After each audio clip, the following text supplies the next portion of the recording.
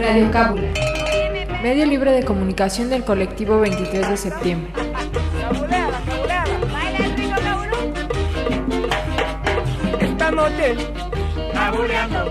Bueno, ¿qué tranza banda? Estamos aquí en la séptima emisión de Radio Cábula.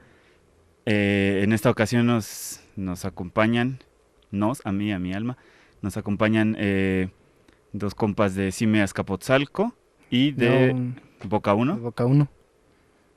Yo acá soy el compa tan mencionado en otras cábulas que estaba chingue que quería grabar.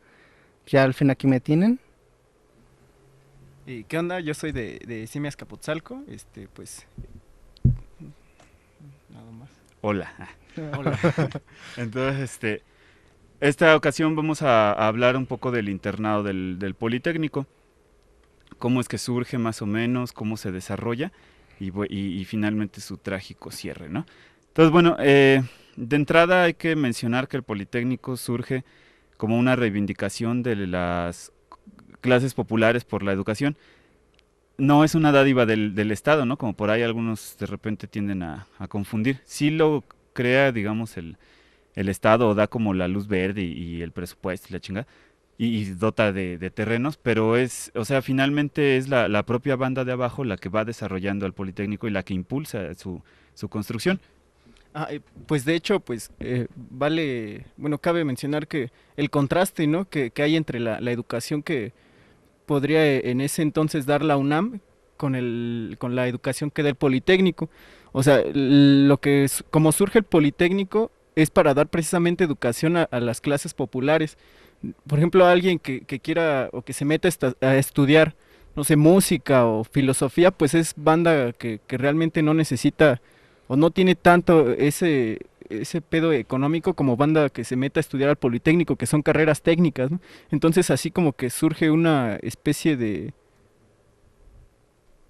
eso.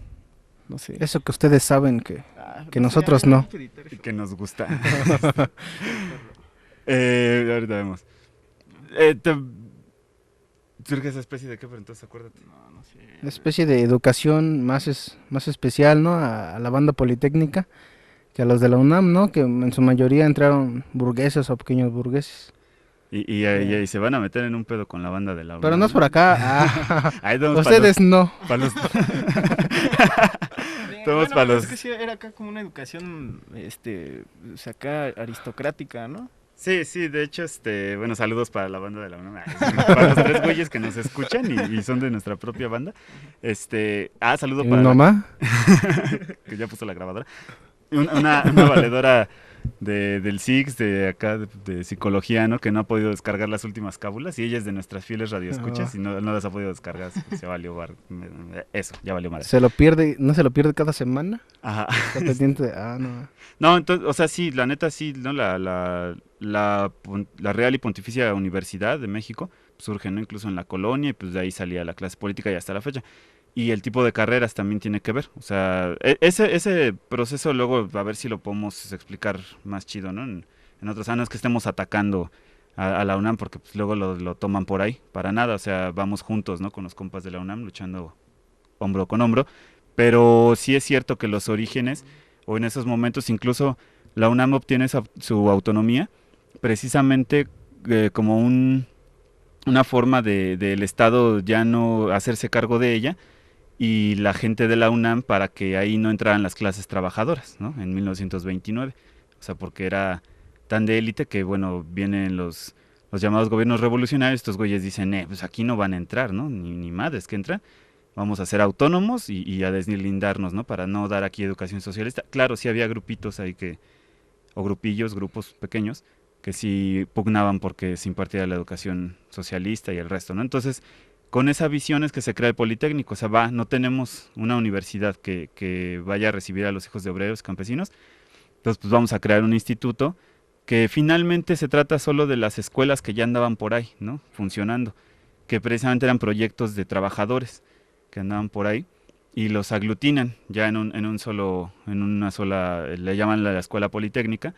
y se crean algunas otras y la chingada, ¿no? Entonces es en este contexto que empiezan a caer mucha banda incluso de varias partes del país, originalmente de Michoacán y de Sinaloa eran sobre todo los que venían, pero pues ya saben, la banda de Oaxaca empieza a copar las aulas politécnicas. De hecho, ¿Meter su cucharota?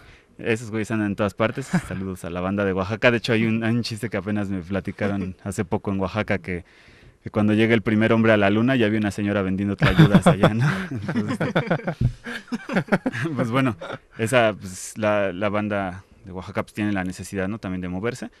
Y empiezan a caer aquí al poli, pero pues es banda que no tiene ni un varo encima, ¿no? O sea, que viene nada más con su certificado de primaria, que era lo único que se necesitaba para entrar al Politécnico, para ingresar después a una prevocacional, con su certificado de primaria y una carta del comisariado ejidal o de sus papás, ¿no?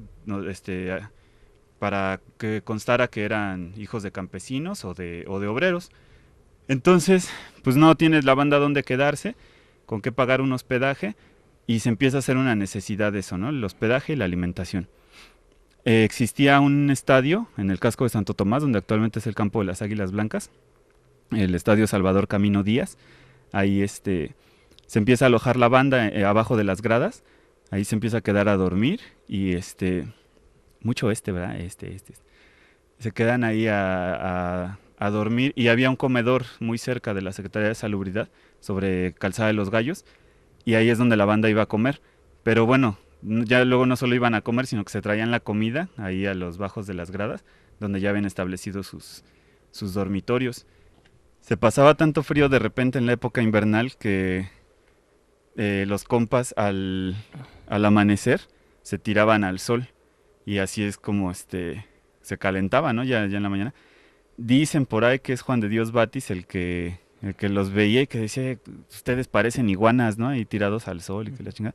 Entonces, de ahí se les va quedando el mote de iguanas a los internos del Politécnico. Originalmente solo eran, creo que 24 cuartos, donde llegaron a alojar como a 4 personas por cuartito, ¿no? Entonces, échenle cuentas, no son ni 100 camaradas, ¿no? Los que componían el internado.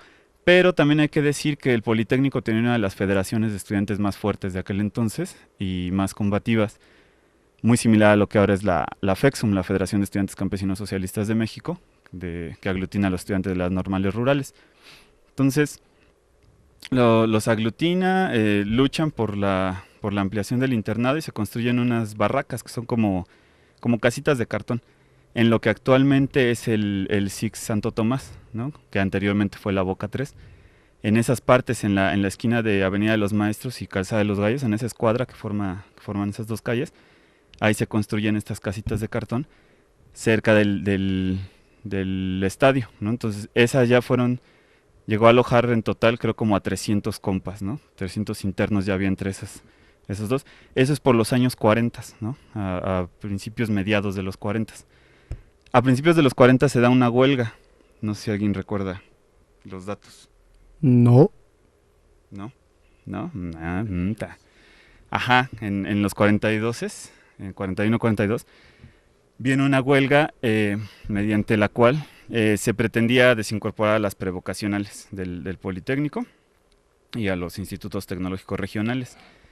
Entonces, bueno, y además desaparecer al Politécnico, que de hecho la SEP ya había firmado el decreto de desaparición, y bueno, es la movilización estudiantil, sobre todo la que detiene esta. Luego, para el 49 se aprueba una ley orgánica opuesta a los intereses de la comunidad estudiantil, y estos estallan la huelga en el 50, ¿no?